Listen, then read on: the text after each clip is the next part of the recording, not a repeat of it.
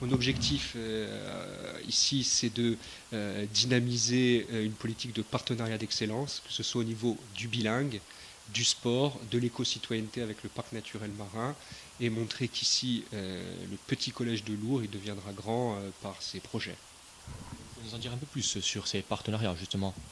Alors aujourd'hui, avec le parc naturel marin, nous comptons développer tout un projet de découverte de la nature, un travail avec le littoral, de connaissance des posidonies, donc la SVT, et le sport bien entendu.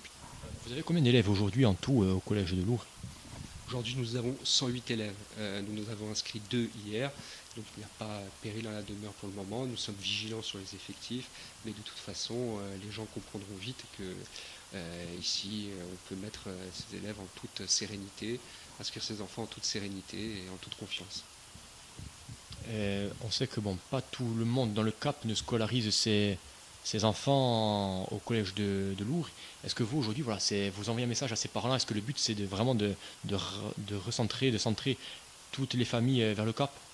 Aujourd'hui, je leur dis aux familles du Cap, tournez-vous vers le collège de Lourdes, vous serez accueillis les bras ouverts, il y a une équipe dynamique, des projets à venir et tout ce qu'il faut pour que les élèves passent au mieux un collège dans les meilleures conditions.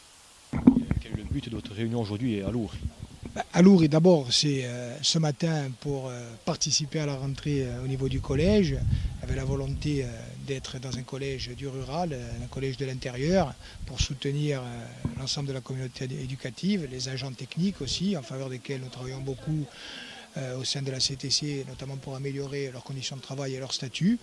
Et puis aussi pour faire le point avec les collégiens, avec leurs familles, avec l'ensemble de celles et ceux qui au quotidien travaillent pour améliorer l'offre éducative et l'offre de formation. Et vous savez que l'éducation, l'enseignement, qu'il soit primaire, secondaire ou supérieur, sont pour nous des priorités politiques absolues.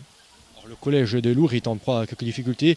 Est-ce que vous allez, dans les jours à venir, cet après-midi, vous avez un conseil exécutif, est-ce que ce sera l'heure du jour d'aider le collège de Lourdes?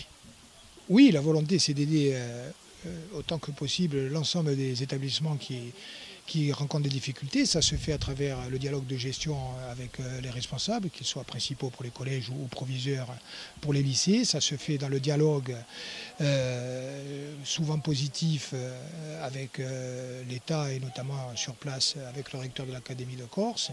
Et puis ça se fait aussi à travers la politique que nous mettons en œuvre, une politique, vous le savez, qui est marquée par une augmentation des crédits, aussi bien en fonctionnement qu'en investissement, et également par des dispositifs nouveaux. Je pense par exemple aux travaux sur l'internat de Sartène qui ont été enfin réalisés, ils étaient attendus depuis des années, à la relance du lycée maritime à Bastia, ou encore à la généralisation de l'offre numérique dans tous les collèges et lycées, avec ici par exemple à Lourdes 50 tablettes qui vont arriver, nous en avons parlé avec les enseignants, et ils sont extrêmement contents, ou encore la nouvelle subvention de 2 000 € pour tous les établissements, 2 000 € qui serviront à financer l'accès aux activités culturelles et artistiques, notamment pour les établissements qui sont dans le rural et dans l'intérieur.